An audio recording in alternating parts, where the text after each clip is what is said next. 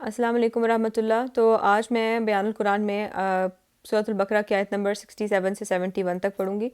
اعوذ باللہ من الشیطان الرجیم، بسم اللہ الرحمن الرحیم۔ تو اب یہ گائے کا واقعہ آ رہا ہے جس سے کہ سورت کا نام ہے سورۃ البقرہ۔ تو آیت نمبر 67 ہے، وَإِذْ قَالَ مُوسَىٰ لِقَوْمِهِ إِنَّ اللَّهَ يَأْمُرُكُمْ أَن تَذْبَحُوا بَقَرَةً۔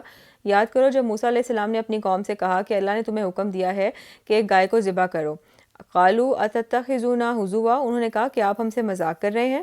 قال اعوذ باللہ ان اکون من الجاہلین، فرمایا میں اللہ کی پناہ طلب کرتا ہوں کہ میں جاہلوں میں سے ہو جاؤں۔ اگلی آیت ہے، قالوا ادع لنا ربک یبین لنا ما ہی، انہوں نے کہا کہ اچھا ایسی ہی بات ہے تو ہمارے لیے ذرا اپنے رب سے دعا کیجیے۔ اب انداز دیکھیں کہ خود نہیں دعا کرنی، اپنے رب سے ہمارے رب سے بھی نہیں، اپنے رب سے ہمارے لیے دعا کیجئے کہ وہ ہم پہ واضح کر دے کہ وہ کیسی ہو، کیونکہ گائے کو فار دا فرسٹ تھنگ ذبح کرنا ہی نہیں چاہتے تھے، کیونکہ ان کے دلوں میں گائے کی جو تھی وہ بہت زیادہ رسپیکٹ تھی، کیونکہ جو سلیوری میں یہ رہے تھے وہاں پر گائے کو ایز اے گاڈ ورشپ کیا جاتا تھا۔ تو قال انہ یقول انہا بکرۃ لا فارض ولا بکر، حضرت موسیٰ نے کہا، فرمایا کہ اللہ تعالیٰ فرماتا ہے کہ وہ ایک ایسی گائے ہونی چاہیے جو نہ بوڑھی ہو اور نہ بالکل بچیا، عوان بین ذالک، بڑھاپے اور نوجوانی کے درمیان ہونی چاہیے۔ ففعلوا ما تؤمرون، تو اب کر گزرو جو تمہیں حکم دیا گیا، یعنی اتنے سوال مت پوچھو، کیونکہ جتنے زیادہ سوال پوچھیں گے اتنا دائرہ تنگ ہوتا جائے گا۔ پھر اس کے بعد اگلی آیت ہے آیت نمبر 69، قالوا ادع لنا ربک یبین لنا ما لونھا، انہوں نے کہا کہ ذرا ایک دفعہ پھر ہمارے لیے دعا کیجیے اپنے رب سے کہ وہ ہمیں بتا دے کہ اس کا رنگ کیسا ہو۔ قال انہ یقول انہا بکرۃ صفراء فاقع لونھا تسر الناظرین، فرمایا اللہ تعالیٰ فرماتا ہے کہ وہ گائے ہونی چاہیے زرد رنگ کی، جس کا رنگ ایسا شوخ ہو کہ وہ دیکھنے والوں کو خوب اچھی لگے۔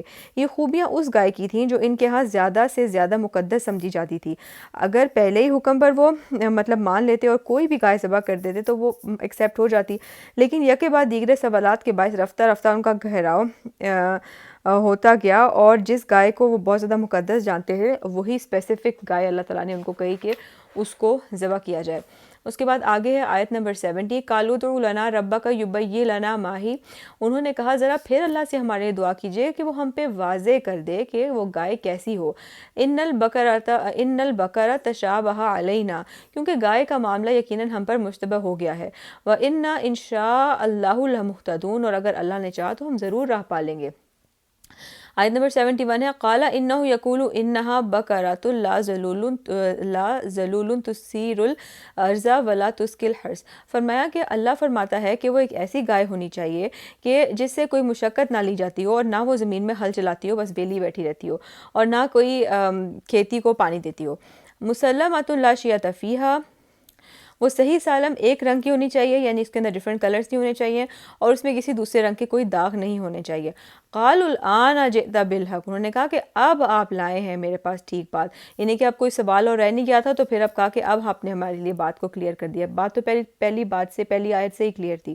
فذبحوها وما كادوا يفعلون، تب انہوں نے اس کو ذبح کیا اور وہ لگتے نہ تھے کہ ایسا کر لیں گے۔ اب وہ کیا کرتے، پے در پہ سوالات کرتے کرتے گہراؤ میں آ چکے تھے، لہٰذا بعد نخواستہ وہ اپنی مقدس سنہری گائے کو ذبح کرنے پر مجبور ہو گئے۔ یہاں واقعے کی ترتیب تورات سے مختلف ہے، اور ذبح بکرا کا جو سبب تھا وہ بعد میں بیان ہوگا، جبکہ تورات میں یہ ترتیب دوسری ہے کہ اس میں پہلے سبب بیان کیا ہوگا اور اس کے بعد پھر وہ سارا یہ پروسیس جو ہے وہ بتایا گیا ہوگا۔ تو یہ تھی آج کی آیتیں، فی امان اللہ۔